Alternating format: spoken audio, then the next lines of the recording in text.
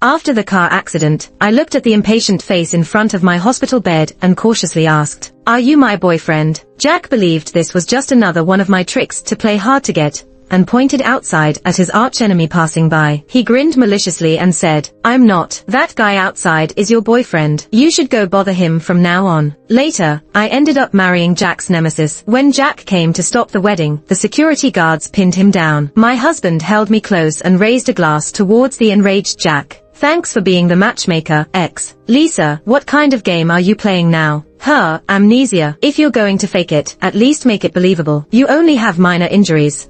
Why didn't that car just kill you? I faintly heard a deeply annoyed voice as I struggled to wake up from my dream. By the time I opened my eyes, my cheeks were already wet with tears. The man chuckled coldly. "Oh, can't keep faking it anymore, huh? So strange." Even though I couldn't remember him, hearing those words caused an instinctive, suffocating pain in my body. A few hours earlier, the nurse gently told me that she had contacted my boyfriend, and that if I slept and rested, he would take me home. But the man in front of me now looked entirely annoyed and disgusted. From his extremely nasty tone, I couldn't sense any love or care for me at all. Was he really my boyfriend? I curled up a bit and timidly asked, "Are you my boyfriend?" He seemed overwhelmingly impatient and sneered while opening his mouth. "Enough, I don't have time to play these games with you." His voice stopped abruptly when he glanced at the figure passing by the door. He seemed to think of something amusing and smiled maliciously. "I'm not. That guy outside is your boyfriend. Go bother him from now on." I clenched the blanket tightly. Why did it hurt so much to find out this annoying guy wasn't my boyfriend? Tears that had been held back for a long time finally broke free. After finishing his statement, he walked out decisively, without looking back. As he left,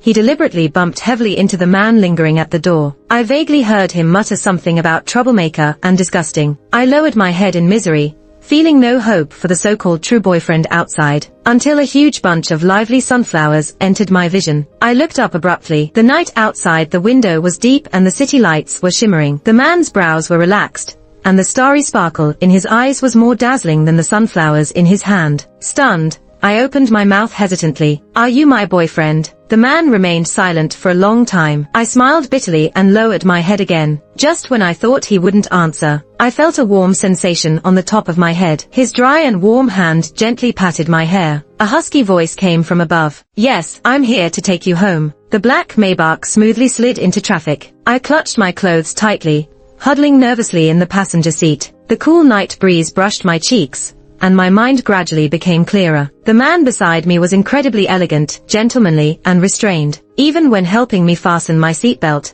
he deliberately avoided touching me. The warmth and intimacy from the hospital seemed like a mere illusion. My eyes subconsciously swept over his long fingers on the steering wheel, his sharp jawline, and finally focused on his slightly curved lips. "Lisa, you can get closer and take a look." His stern face broke into a smile, like melting ice and snow. I felt my face flush and hastily turned my head to feign looking at the scenery outside. As we passed by a bar, a familiar face came into view. It was the man who had humiliated me in the hospital. His shirt was wide open, and a trail of kiss marks spread arrogantly across his chest. He was drunken, with a wicked smile on his lips. The girls at the bar reluctantly ushered him out, and he teased them, kissing each one in turn. It made the girls blush and scold him playfully. "Ah, Jack, you're so naughty." The man called Jack laughed loudly, seeming wildly happy. Strangely, the scene felt very familiar, like I had witnessed it countless times before. My head started to throb again, and cold sweat trickled down my forehead. It was only when a coat, with a woody scent draped over my shoulders, that I realized the car had stopped for a while. My elegant, genteel boyfriend began to unroll his sleeves methodically. Then, out of nowhere, he pulled out a large, pink sack. I leaned against the window, wide-eyed, watching as my boyfriend followed the unsteady Jack. In one swift motion, he covered Jack with the pink sack, like grabbing a small chicken, and dragged him into the nearby alley. Then, he proceeded to beat him violently, as though Jack had stolen his wife. Jack squirmed in the sack, squealing every now and then like a pig being slaughtered. After finishing, my boyfriend elegantly wiped his hands with a handkerchief from his suit pocket. So refined, so graceful. I was stupefied. Where was the sophisticated, elegant, and restrained boyfriend I knew? When he got back into the car, I remained in a daze, staring at him. As he adjusted his sleeves, he spoke with a tone that seemed to carry a touch of frustrated sympathy. "If someone bullies you next time, just fight back." I blinked slowly. "And if I can't beat them?" He smiled, then find me. I'll have your back. With that, he extended his hand towards me. The phone got wrecked in the car accident. Dazed, I handed him the new phone I just bought. His elegant fingers flew across my phone screen. Moments later, he was the only contact in my empty address book. I quietly memorized his name. Henry, my boyfriend. I knew Henry went after that jerk to stick up for me.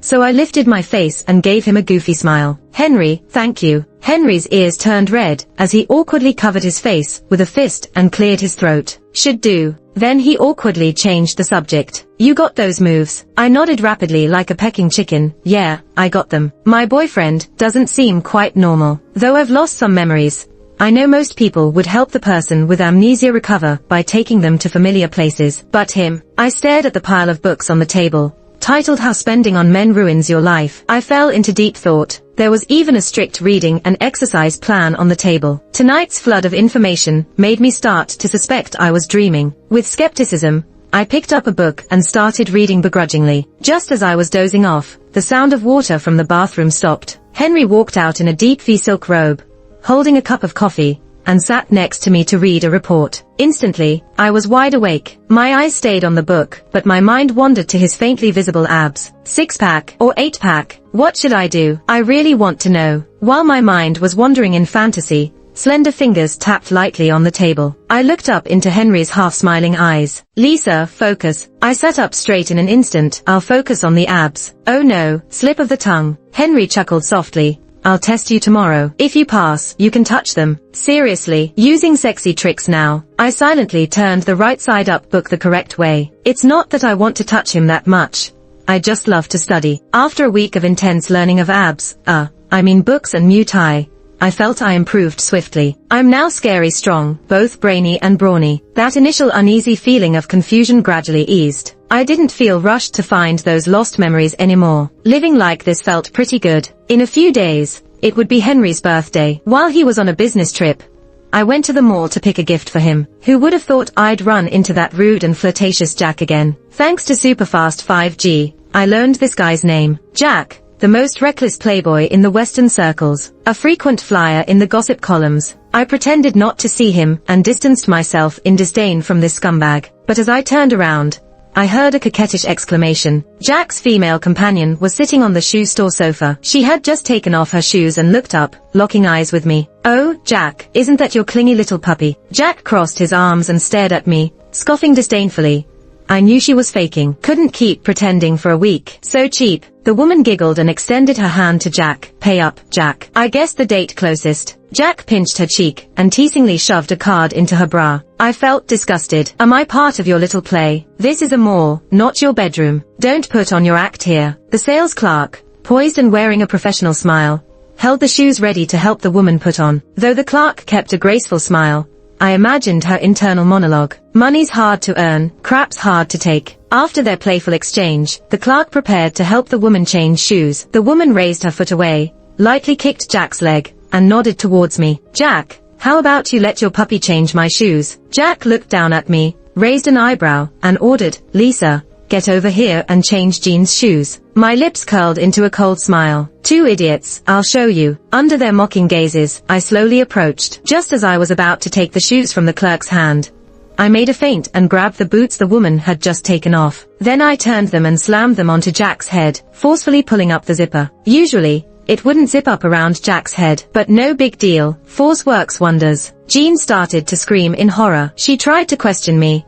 but I gave her a sinister smile, shook the other boot in my hand, and mouthed, there's another one. She sensibly shut her mouth. With chaos around me, I put on my sunglasses and turned elegantly away. A few days later, I heard Jack's scandalous news had a new addition. Paparazzi found out Jack's had got a foot infection. Netizens were grossed out, commenting, rich folks play wild. Henry came back from his business trip on his birthday. I planned a surprise, set up the room, and hid around the corner of the entrance. As soon as he pressed the switch and entered, I jumped out screaming happy birthday, and launched myself at him like a firecracker. Henry chuckled lowly, his big hand around my waist stabilizing me. Little clumsy girl. Dragging him through the cake cutting and wish making, I excitedly pulled out his gift. Look, here, it's a handmade leather shirt clip set. Henry still wore a gentle smile, lightly flicking my forehead in mild exasperation.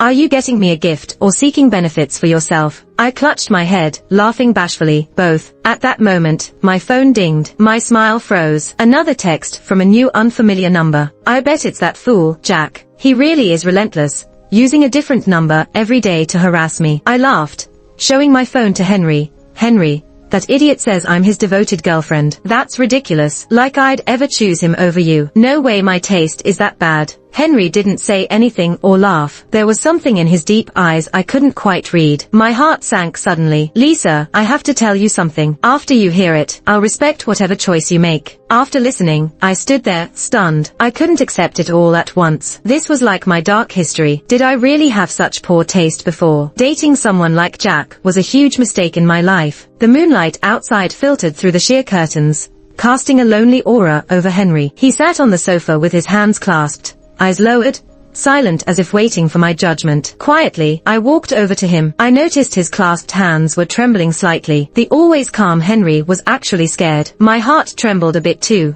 I bent down, mimicking the way he first met me, gently rubbing his head with my palm. It was like comforting a big puppy. Henry slowly lifted his head, and I saw my reflection in his amber eyes, clear and bright, showing his true feelings. The longer I stayed with him, the bolder I became. I tilted my head and smiled, using a shirt clip to lift his chin. Mimicking his tone, I said, "Be good. Put on the shirt clip, and I'll choose you." Henry was startled at first, then burst into laughter, pulling me into his arms with the shirt clip. "You've grown guts." 3 months later, my memories started coming back bit by bit. I remembered family, friends, and even strangers I'd only met once. But I couldn't remember anything about Jack. I didn't care though. It's better to forget that dark history. My new life began. When I used to paint, I had a long creative block, unable to produce any inspired work. But losing my memory seemed to unlock endless inspiration. After my latest work, Wild Wind, won an International Gold Award, I attended an art appreciation show. The host asked me, "Lisa,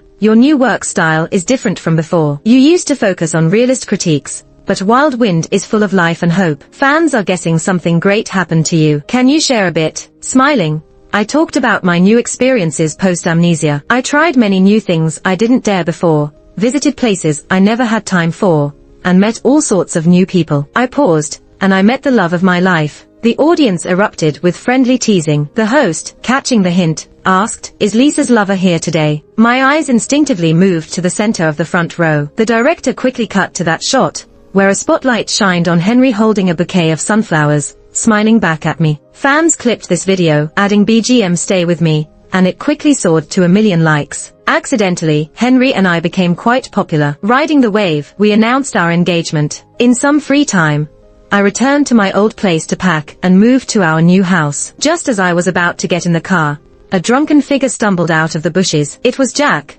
who I hadn't seen in a long time. With rage in his eyes, he angrily questioned me, "Lisa, explain how you and Henry got together." Upon seeing the wooden figure stick out from my bag, his look turned to contempt. "Ha, I knew it. Another one of your tricks to play hard to get, pretending to forget, and now this. You even convinced Henry to act with you on the show. If you spent less time on these tricks, maybe you'd kneel and apologize to me properly." I looked at him with confusion, not remembering any connection between the wooden figure and him. I had just tossed it into my bag while packing. Why waste time listening to his nonsense when I could be home with my fiancé learning about his abs? Frowning impatiently, I brushed away his hand, coldly saying, "A smart dog won't block the way." Jack, like a kicked dog, suddenly started barking at me. During the struggle, the wooden figure fell out of my bag, shattering into pieces. My pupils dilated, and a flash of memory hit me. Painful past events came flooding back, almost drowning me. I remembered carving that wooden figure for a month as Jack's birthday gift. It was originally a pair, one representing me and the other him. Jack, slouched on the sofa,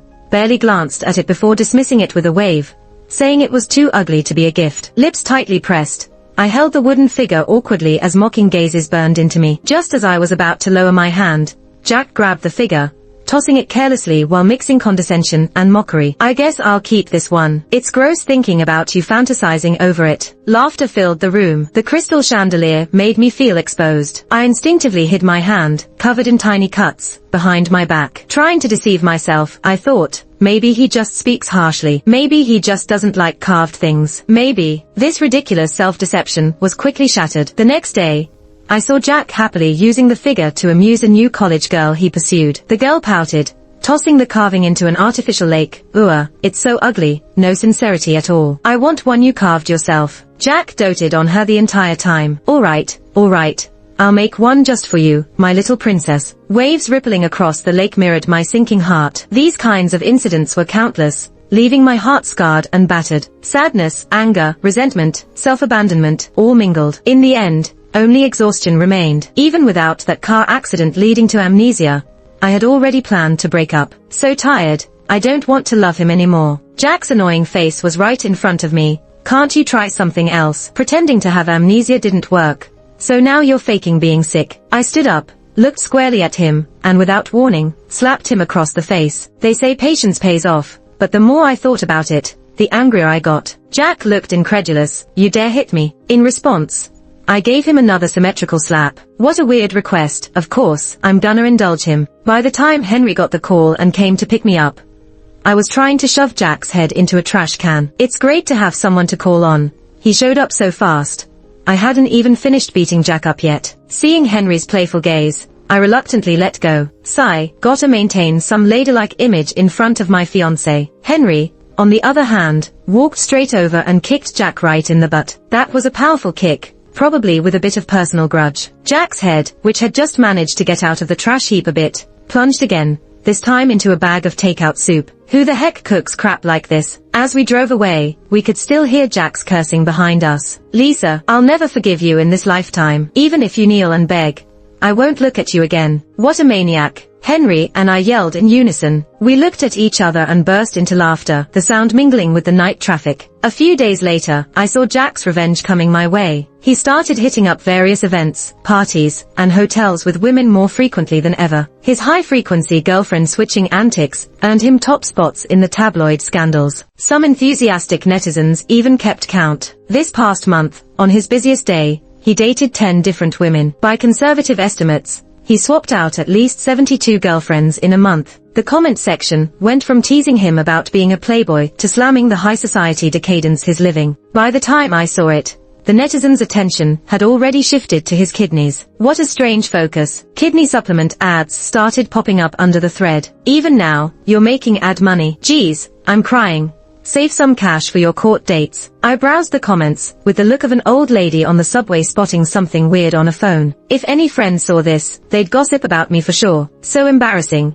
It's like a permanent stain on my internet record. I felt like my eyes were dirty and needed Henry's pecs to cleanse them. I screamed, put down my phone, and buried my face into Henry's pecs. Henry, nonchalant as ever, just pulled his collar open a bit more. A shy smile spread across my face, and I buried my head even deeper. I'm supposed to be a lady. How could I be so shameless? During this period, Jack kept messaging me with different accounts. He sent pictures of him getting cozy with other women, and his aloof, dominant tone texts reminded me of the lame teen romance novels I read during adolescence. Lisa, do you realize your mistake? Only now did I realize. He's using his way to make me jealous and regretful. Well, what can I say? Wish your kidneys well. I always left his messages on read without replying. By the second day, Jack broke down. Who do you think you are, Lisa? Have you had enough? My patience is running out. Don't think for a second that I care. Ha ha, Lisa, tons of women want me, and you're really fake. I didn't block him.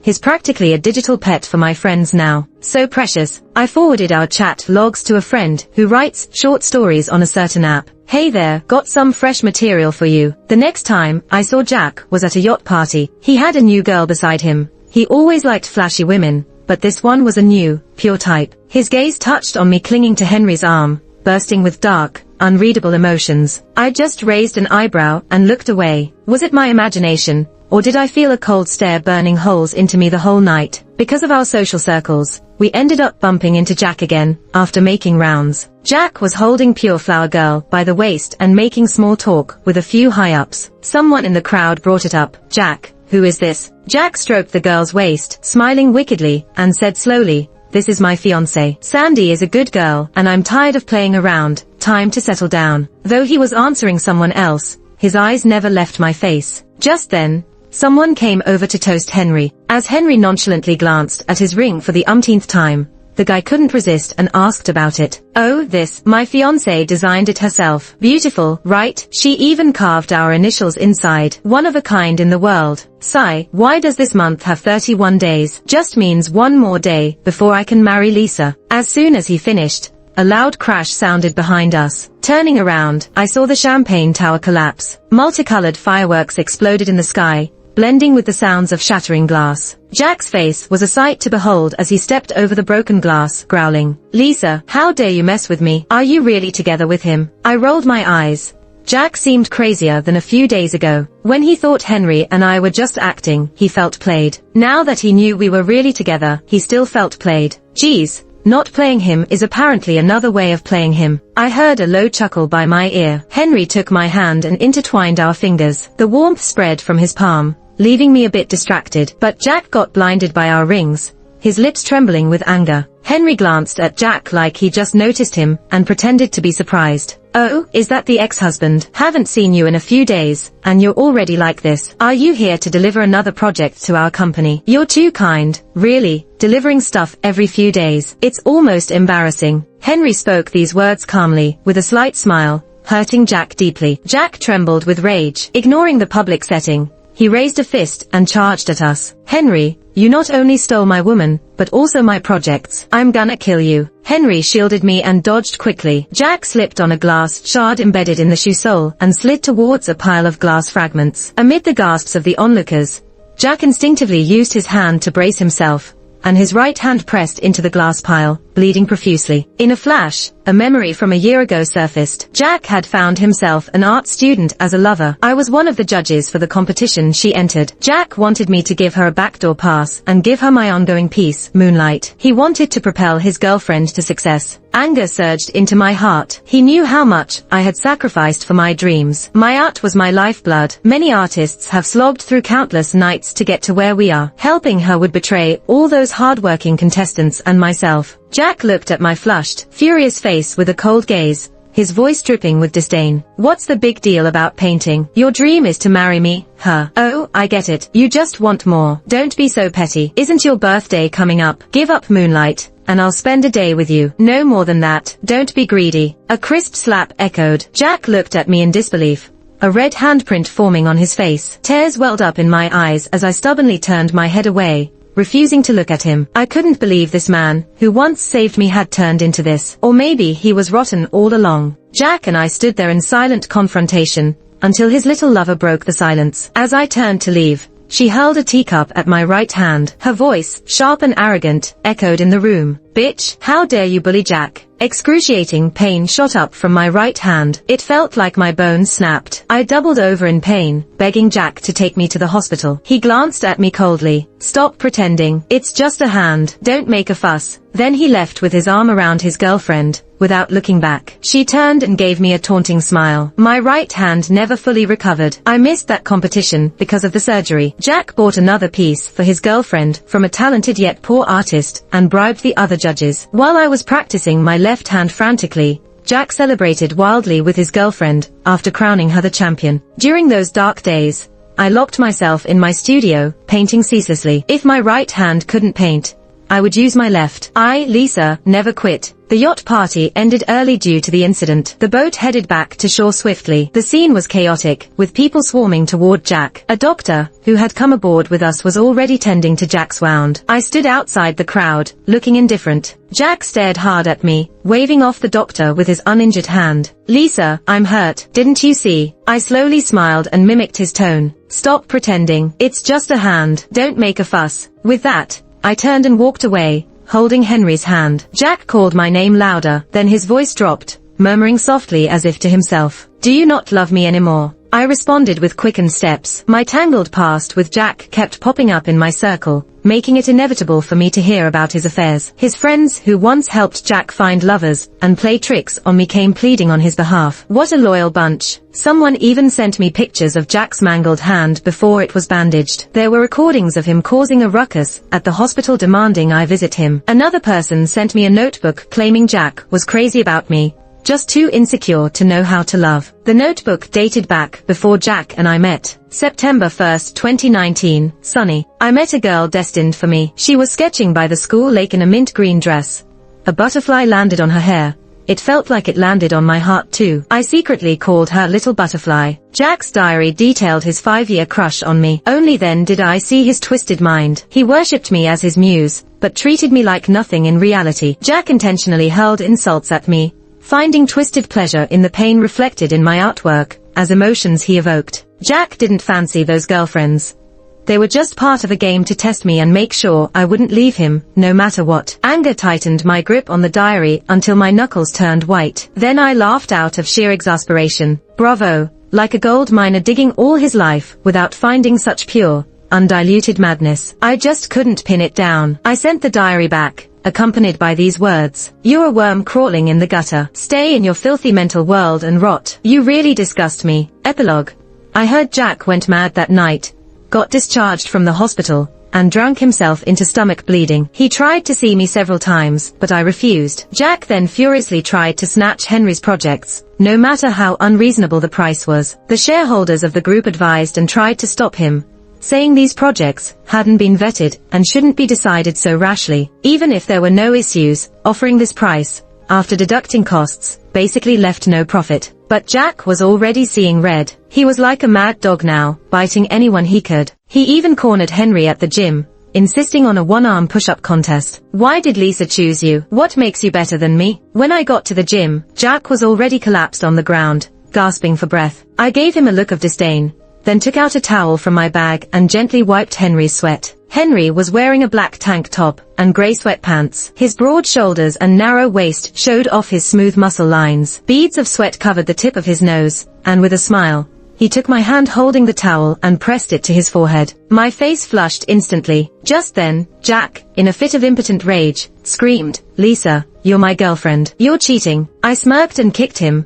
a mocking smile appearing at the corners of my mouth. Jack must have selective memory. Do I need to repeat what you said in the hospital? And also, the person by the lake on December 25, 2019, wasn't you, right? Jack's face turned as white as a sheet. You know everything. Back then, I was just starting my freshman year, not well known at all. I eagerly took my project, which was ready for a competition, to ask the professor for advice. The professor criticized my work thoroughly and then pretended to be kind, asking me to leave the drawing so he could help me improve it. A few days later, the professor submitted my drawing under his name for an award. At that time, I was defenseless and didn't keep any evidence. The classmates who saw my drawing sided with the professor. The surveillance was deliberately deleted, and I was left without any way to prove my innocence. Even my statements were twisted to look like jealousy. Under the professor's manipulation, my classmates isolated me, pointing fingers at me wherever I went. That was the darkest time of my life. One day, as usual, my bedsheet was soaked by my roommates, and they locked me out. Wearing a thin sweater, I wandered in the falling snow, which washed over my soul,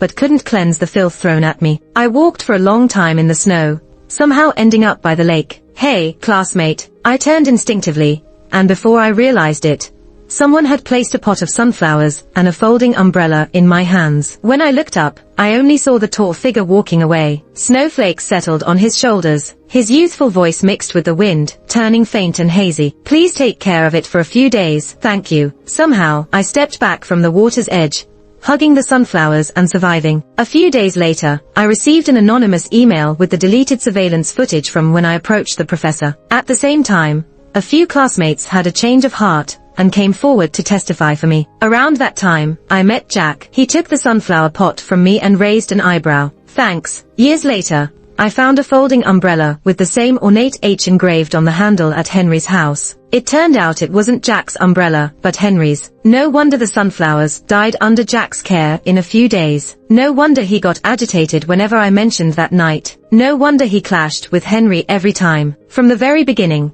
it was a case of mistaken identity. Now, it's just correcting the mistake. Only that, Jack desperately tried to grab the hem of my dress, panic and helplessness flashing in his eyes. I was there that night too. I just arrived late. I laughed, shaking off his hand. So, you took credit for someone else's kindness. How are you different from the professor who took my drawing? After that day, Jack disappeared from my sight. He probably didn't have time to cause more trouble. Those failed projects were enough to give the group a massive headache. The informants Jack placed in the group were all dug out. It was time to wrap things up. But on mine and Henry's wedding day, I still saw Jack sitting below, eyes red, drinking our wedding wine. Who knew after the vows, and just as I was about to say I do, Jack made a scene. He took a swig of wine, then rushed up to us, dropping to one knee and taking out a diamond ring. Lisa, I was wrong. Please forgive me this once. We've had so many years together. You can't tell me you feel nothing for me. I couldn't help but smile bitterly, rubbing my forehead. Before Jack finished his heartfelt speech, security, already prepared, pinned him to the ground. Henry held me, grinning as he toasted the red-eyed Jack. You know, you actually played matchmaker for us. Really, no need for such grand gestures. Thanks to my ex for the matchmaking, Henry said, grabbing a handful of wedding candy from the table and tossing it at Jack's face. It's a thank you gift. Jack barely made it back to his seat before he was handcuffed. Looking up, he met the cold gaze of the police. Mr. Jack, we found evidence of your involvement in economic crimes. Please come with us. Pressured by the police, Jack kept looking back at me as they led him out. I didn't spare him a glance, smiling up at Henry as I said, I do.